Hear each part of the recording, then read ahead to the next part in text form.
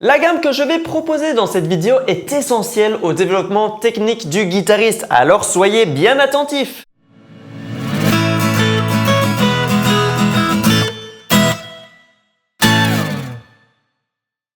Salut à tous, c'est Robin Mace.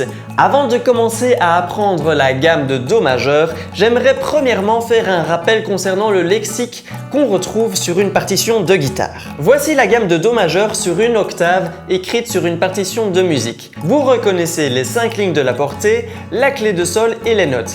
Les lettres I et M représentent respectivement l'index et le majeur de la main qui tire les cordes. Dans cet exemple, la première note est tirée par l'index. Vous pouvez également commencer par le majeur. Le plus important est qu'il faut alterner les doigts. Il ne faut jamais répéter un même doigt sur 2 notes successives. Les chiffres non entourés désignent les doigts de la main situés sur le manche. Attention, il arrive de faire l'erreur de penser que ces chiffres désignent les numéros de cases. Ce n'est pas le cas. Vous le verrez dans l'exemple de cette gamme. Les chiffres entourés désignent le numéro des cordes. Attention de ne pas se tromper dans l'ordre. La première corde est la plus aiguë, tandis que la 6e est la plus grave. Les notes situées sous les crochets restent sur la même corde désignée.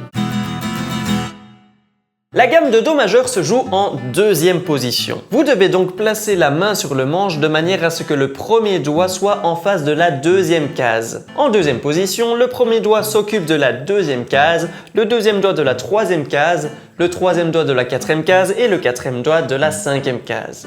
Posez le deuxième doigt sur la troisième case de la cinquième corde pour jouer le Do. Ensuite, le quatrième doigt sur la cinquième case de la même corde pour jouer le Ré. Passez ensuite sur la quatrième corde en posant le premier doigt à la deuxième case pour jouer le Mi. Le Fa se trouve sur la même corde, sur la case juste à côté en posant le deuxième doigt. Posez ensuite le quatrième doigt sur la cinquième case de la même corde pour jouer le Sol. Passez à présent sur la troisième corde en plaçant le premier doigt sur la deuxième case pour obtenir un La. Le Si se situe 2 cases plus loin sur la même corde en posant le troisième doigt. Et la dernière note se joue sur la cinquième case de la troisième corde. Il s'agit bien entendu du Do. Il ne reste plus qu'à réaliser le chemin inverse pour revenir au Do grave. Si, La, Sol, Fa, Mi, Ré, Do.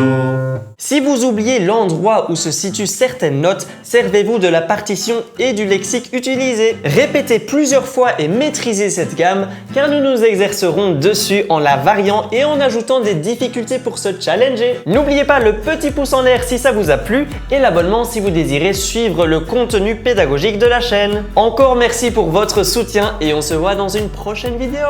Ciao!